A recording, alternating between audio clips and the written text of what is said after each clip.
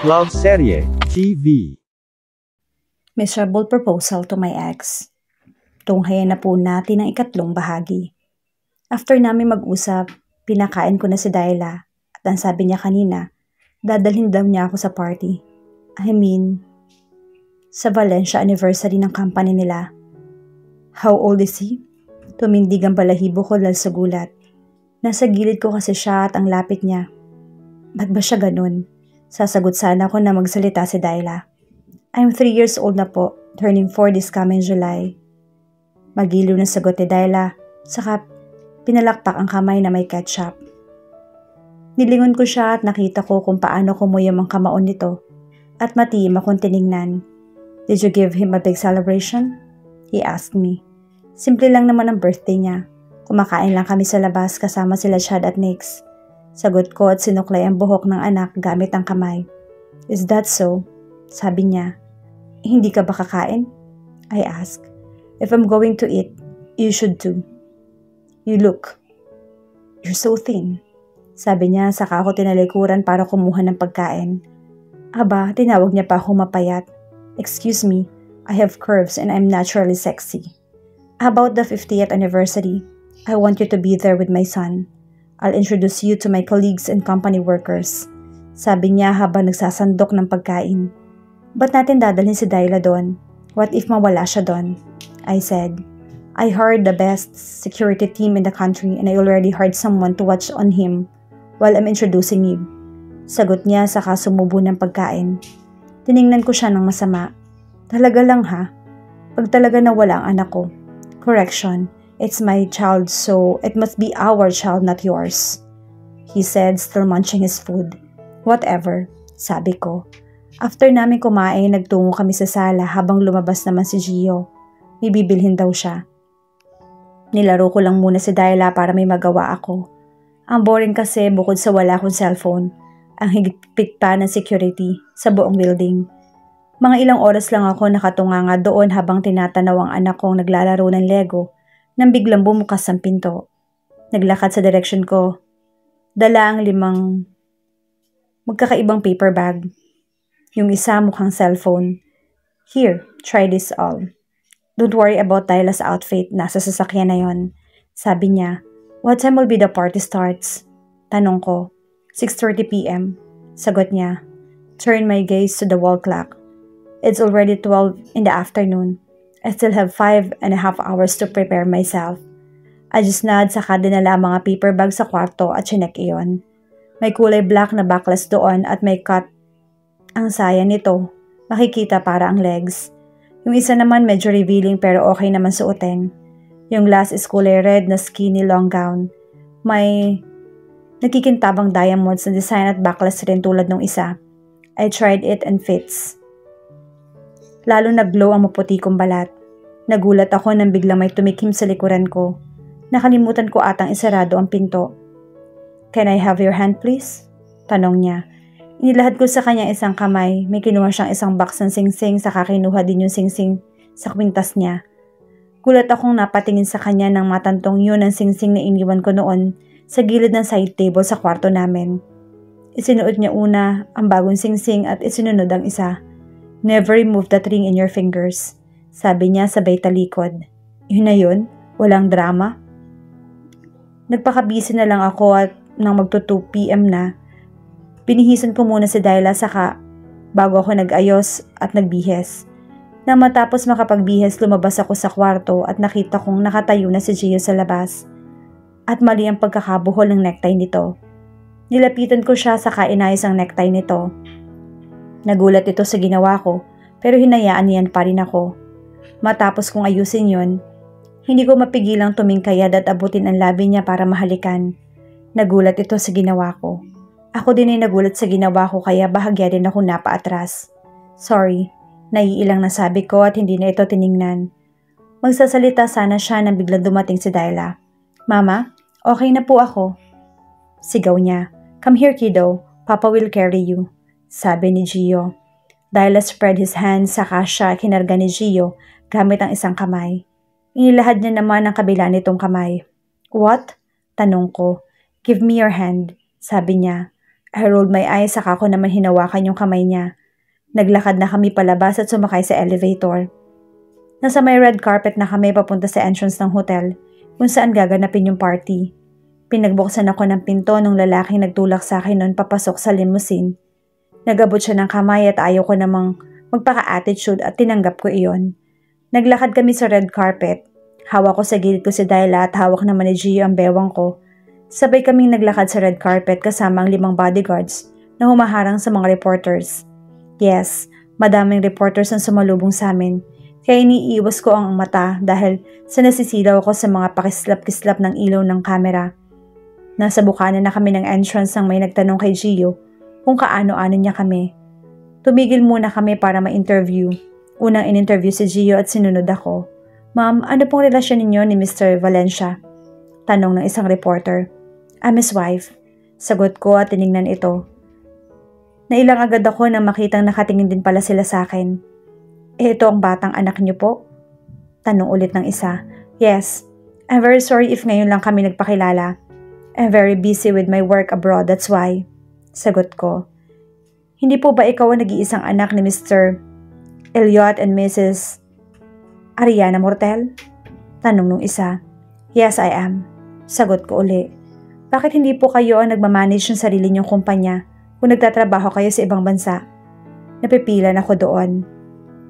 Nilingon ko si Gio para humingi ng tulong. That's enough. Me and my wife have some important things to attend. Excuse us. Sabi niya saka na kami naglakad papasok. Ang dami pa nilang follow-up questions sa akin pero hindi ko na sila sinagot pa. Na makapasok, agaw pansin agad kami dahil sa mga suot namin. Good evening, Mr. Valencia and Miss... Tanong ng isang nakaputing tuxedo habang nakatingin sa akin. She's my wife. You should call her Mrs. Valencia. Sagot ni Gio. Mrs. Valencia, bakit parang ang sarap sa tenga pakinggan? Totohanan na ba talaga o maghihiwalay din kami sa huli? Welcome home, Mrs. Valencia. Sabi ng MC na nasa stage sa harap. Nakarinig ako na masigabong palakpakan. Maybe, I should enjoy this moment before it lasts. Isang masigabong palakpakan na umingi sa loob ng Grand Hall ng hotel. Napahigpit ang hawak ko kay Dayla dahilan upang umaray ito. Sa tuwing may nadadaanan kaming lamesa, ay nginingitian nila ako na parang matagal na nila akong kilala. Iginiyan nila kami sa lamesa sa harap. May pumasok uli sa entrance kaya doon ko na itinuon ang pansin. It's Bria, in her high ponytail hair and a tube-top red dress na bagay sa kanya. Nasa gilid niya si tita. She searched around at tumigil ang tingin niya sa lamesa namin. I saw how furious she was. Sumugod siya sa lamesa namin. What is this all about? I'm your fiancé, Gio. I should be the one sitting next to you. Not with this bitch, a gold digger, social climber, and a slut. Sigaw niya. May pumigil sa braso niya kaya tiningnan niya kung sino yon. Aya? Nagtatakang tanong ni tita. Long time no see, tita. Pati ko. You know her, mommy? She asked tita while facing her. She's your cousin, sagot ni tita. What? You said she's already dead? Priya exclaimed. Agad na tumaas ang dugo ko patungo sa ulo. So sinasabi nilang patay na ako para sila ang mag-manage sa kumpanyang pinaghirapan ni Dad. Ano sila? Sinuswerte? Enough of the drama. I want all of your attention, please. I am Ariana Mortel, the one and only daughter of Mr.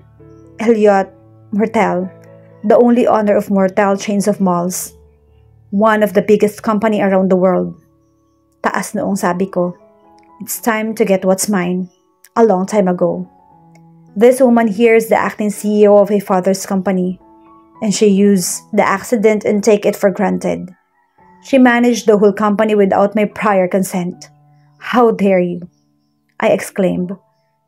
Ikaw ang walang hiya. Sa loob ng 3 taong pamamahala ko sa kumpanya, walang problema ang nangyari sa kumpanya.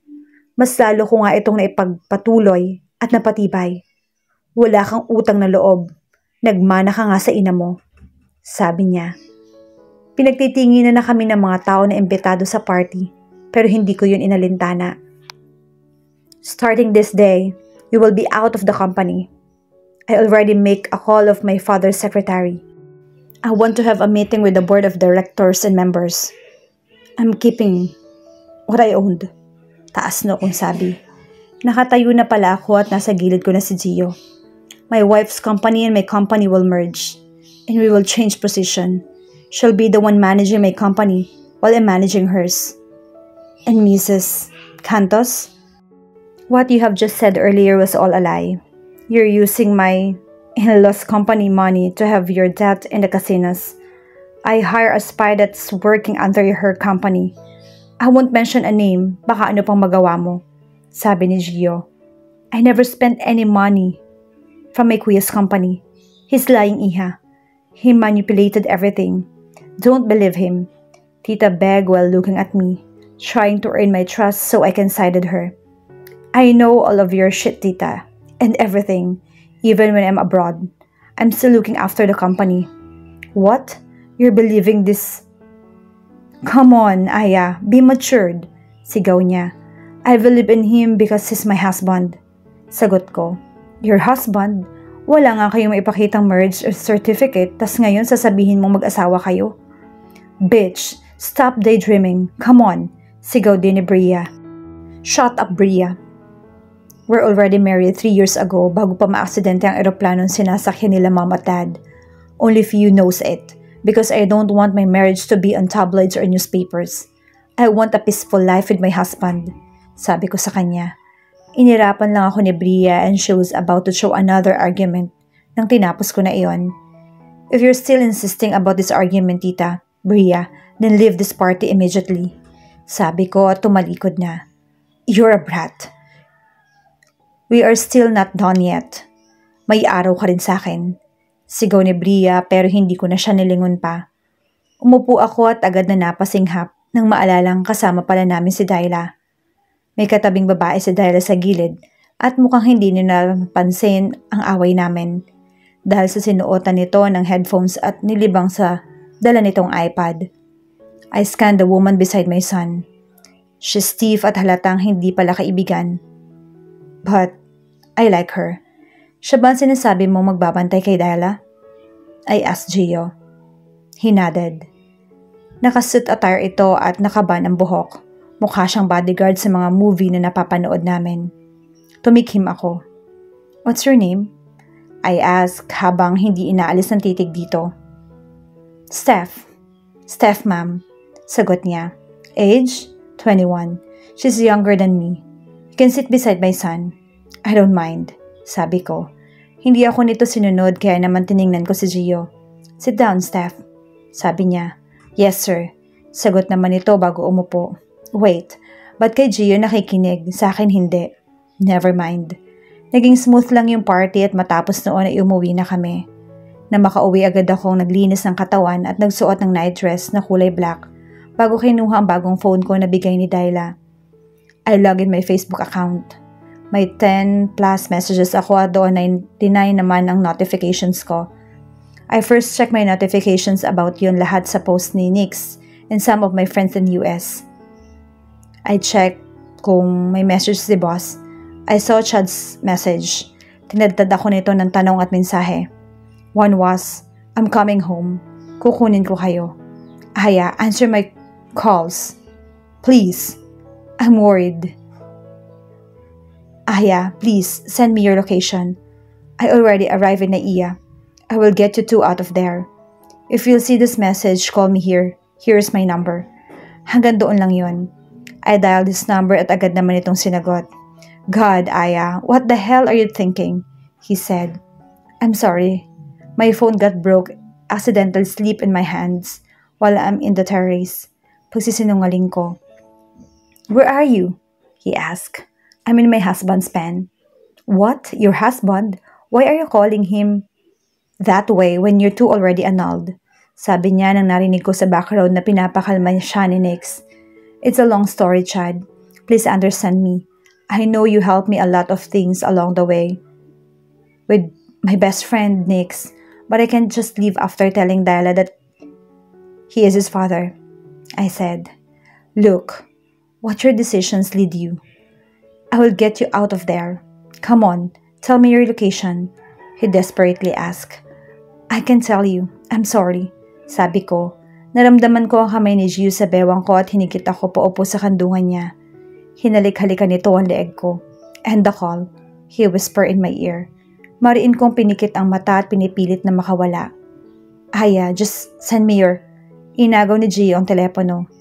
Why don't you just shut up and leave my wife alone? Sabi nito bago inend yung call. Hey, why did you do that?